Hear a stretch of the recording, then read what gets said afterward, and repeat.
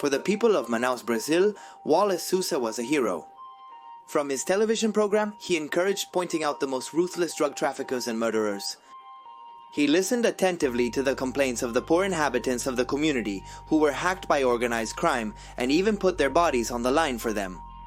The cameras and reporters of his TV Libre program were always the first to arrive and were willing to show everything. The informative show that Wallace Souza put on didn't seem to fear anything. He unmasked criminals, delved deep into the most dangerous neighborhoods, and graphically depicted the violent story unfolding in those streets during the 90s and the first decade of the 2000s. Because of all this, the brave Sousa was a popular idol. Aware of this, the man entered politics, where he also found success and admiration, at least temporarily. Suddenly he was under the most brutal and unexpected suspicion when his detractors began to suggest that he himself encouraged and provoked the crimes he was then going to cover. But let's not get ahead of ourselves. The case of Wallace Souza raises questions that today, with social media, seem to have renewed relevance. How far can someone without scruples go just to get the public's attention? What is the limit when portraying a bloody event? Was Wallace Souza really a criminal genius who set up a huge plan to profit, or was he just the victim of an even bigger conspiracy? Was his work really genuine and selfless, and did that touch dark interests? Who lies and who tells the truth in this story? To try to answer this and other mysteries, let's dive into the dark case of Wallace Souza.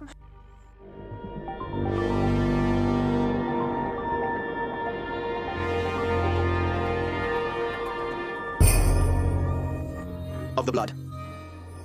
Before becoming a television presenter, whose hallmark was always getting the scoop, Wallace was an ordinary young man, exposed to all the dangers of Manaus. He grew up in that city, the largest and most populous in Amazonas, Brazil, never imagining he would become one of its most powerful and illustrious inhabitants. He was born on August 12, 1958, and was raised there, as the social and economic situation in the area deteriorated and crime grew on the streets. Perhaps that's what inspired him in 1979 to become a police officer. Little is known about this stage in Wallace's life, which ended abruptly in 1987 when he retired from the force. Some sources suggest he was fired and did not leave by choice. The reason? Again, they say that the police started investigating him on suspicions of fraud and fuel theft. The truth is that he was left out of that world that evidently attracted him a lot, and he had to try his luck in another field. It was then that he began to take an interest in the world of journalism, but not from as solemn a point of view as some reporters seek. Sousa's goal was far from the sober presentation of the news or an apparently objective view of reality.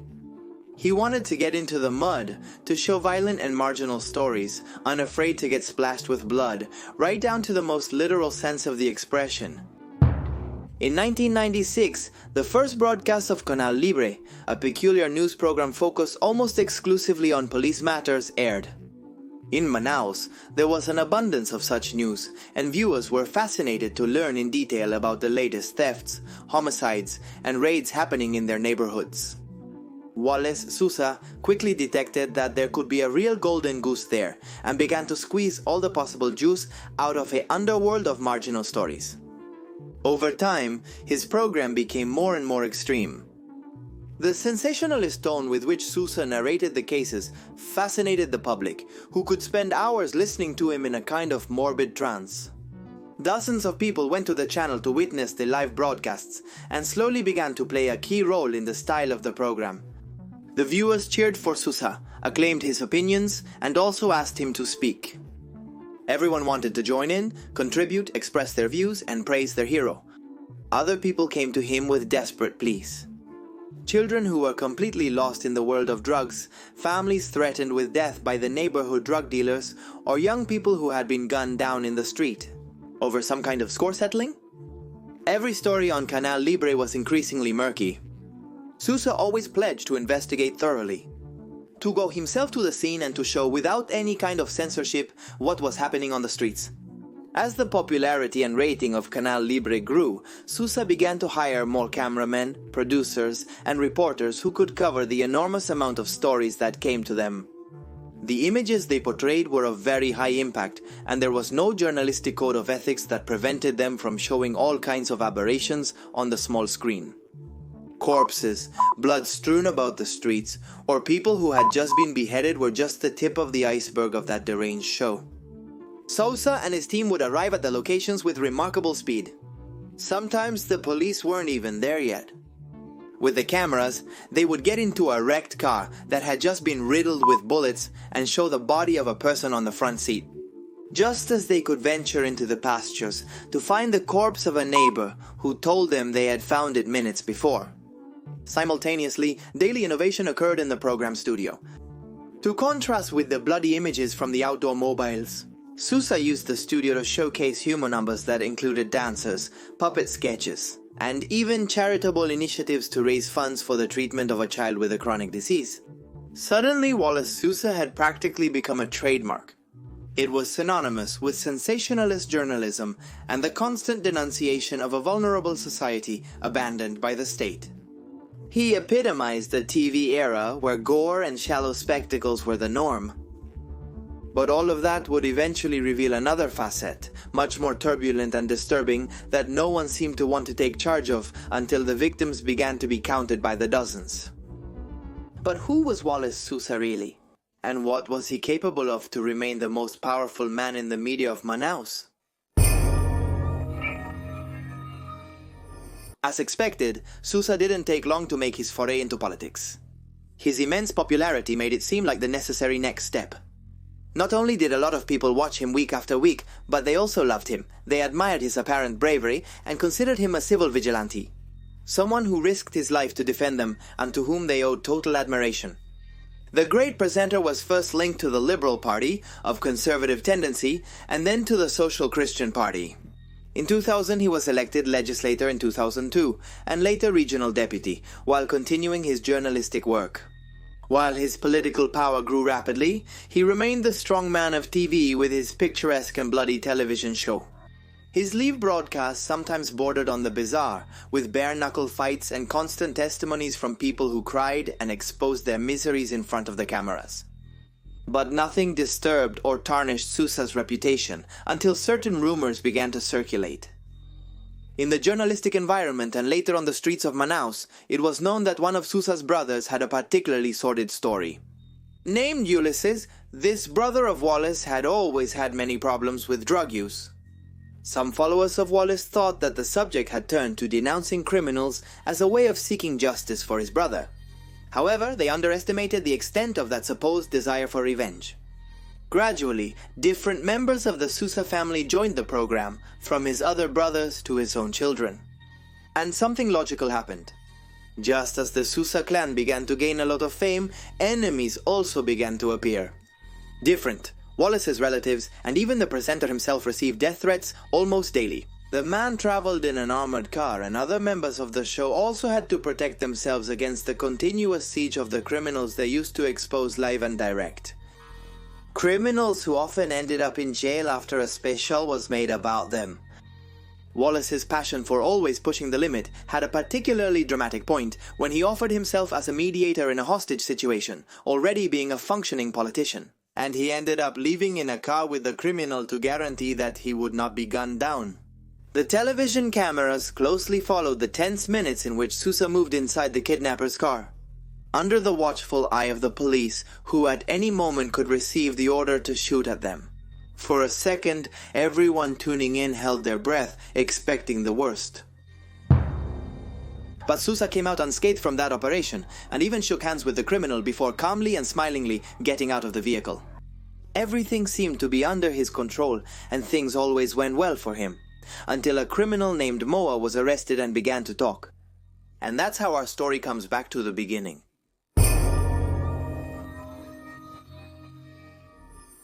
Moacir da Costa, known as Moa, in the Manaus criminal AMPA, was scared. He said they were going to kill him, and asked the authorities for special protection in exchange for revealing a spectacular secret. During a long interrogation, the agents of the anti-drug unit heard a story that seemed to be taken from a movie, with a cliffhanger that no one expected to hear. The very famous, powerful, and beloved by the public Wallace Sousa was actually the leader of a criminal organization. According to Moa, Sousa was initially the mastermind behind multiple crimes in Manaus. whose only goal was to provide him with material for his gruesome television reports, and thus gain weight and power in a city where the law seemed to have taken a break. Moa claimed that Sousa had paid him to kill many people over the past few years, and that he, as a good hitman, had complied, but now he was cornered.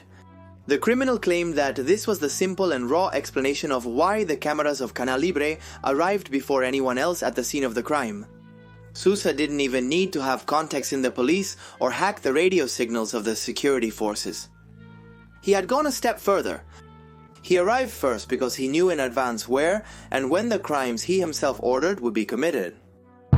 The news instantly spread through all Brazilian media. The public was divided between those who saw their idol turned into the most fearsome villain and others who believed in his innocence. After all, Moa didn't seem like a particularly trustworthy or integral person. He was a confessed criminal and murderer. Could he possibly be serving someone else's interests to remove Sousa from the public map? Under this premise, the presenter himself began his defensive strategy, first in the media and then in court. Sousa did not dodge the cameras, and from the beginning claimed that he was the victim of a conspiracy driven by the criminals he had harmed in his career. And the politicians who opposed his meteoric rise, everyone knew that Sousa would eventually run for governor, and no one knew for sure what could be the limit of his political career. Sousa claimed that the Brazilian intelligence services were behind the complaint. At some point, he began to predict that soon they would talk about him as a dead hero. A theory that his own environment put on the table. It pointed to a network of child abusers that Sousa had investigated and which included heavyweights in the local politics of Manaus. There were also rumors that Sousa could soon be appointed Minister of Security, and that could unsettle some sectors of politics involved with organized crime. Despite his insistence on innocence, another factor had previously worked in his favor. There was no evidence that he and Moa knew each other. Sousa was convinced that this could never be proven, and thus the accusation would fall under its own weight. And then, with his name cleared, he could go for everything, politically speaking. But it wasn't like that. When did Sousa feel he was going to win the media battle? The newsrooms of various local newspapers began to receive, all at the same time, an envelope with irrefutable evidence.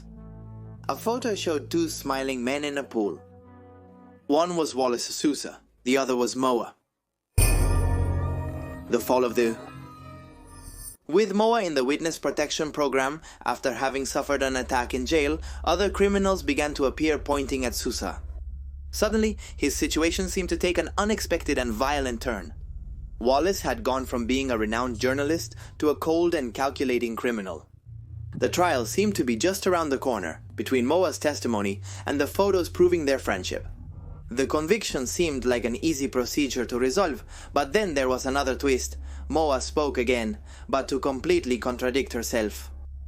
She claimed that everything she had said against Sousa was a lie, and that the police had tortured her to testify against the congressman and host. What was the truth? Even for the most involved investigators, Moa was an erratic and unreliable witness, but the whole case rested on him. If he changed his testimony, there would be no evidence against Sousa. One thing was the photo in the pool, and another, very different thing was to say that the journalist had ordered people to be killed. So in an attempt to please everyone, Moa... He claimed not to know Sousa, but did know his son Rafael, who should be investigated. The young man was the key link establishing the direct relationship between Wallace and the criminals. Then, the judicial case took another turn and new arrests were initiated. In early October 2009, Wallace Sousa's life and reputation seemed to crumble. First, he was stripped of his position as a deputy and consequently lost the immunity that his seat granted him. Hours later, a capture order was approved, but by that time, Wallace had already disappeared. On October 6th, media around the world were already labeling him as a fugitive, but his son Rafael was under arrest. A large-scale effort was launched to locate the journalist and ex-deputy. However, everything seemed in vain. Sousa seemed to have vanished and his family feared for his life. He was not only living under threat, but also suffering from severe depression. His close ones claimed that he could make a drastic decision at any moment if he felt pressured.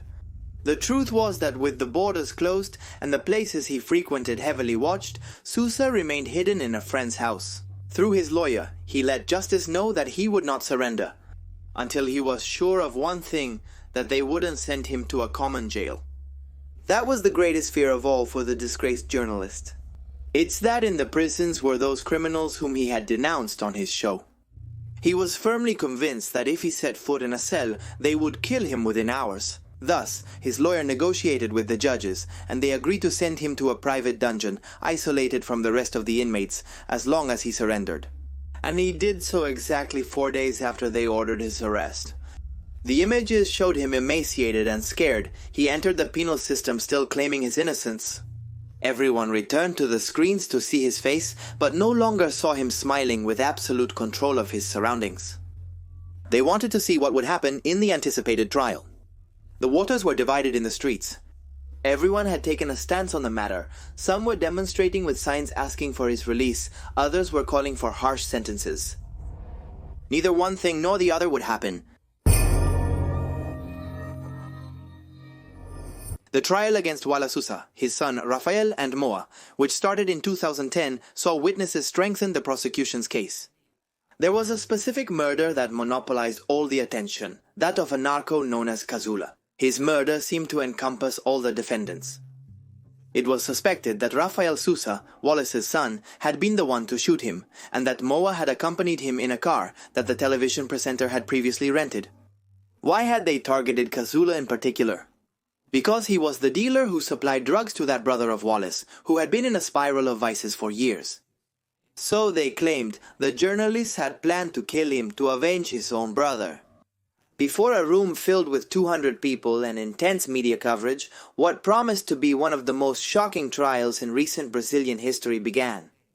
There was only one absentee, Wallace Sousa himself, a few days before the start of the hearings. The main accused had been admitted to the hospital for a medical condition that was never fully clarified, but seemed to be linked to a chronic illness.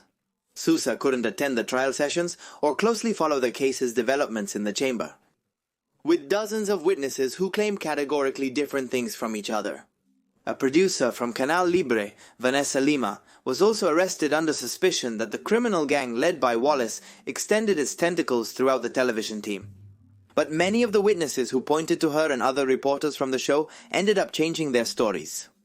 Again, accusations of torture and threats to the criminals who spoke in the case.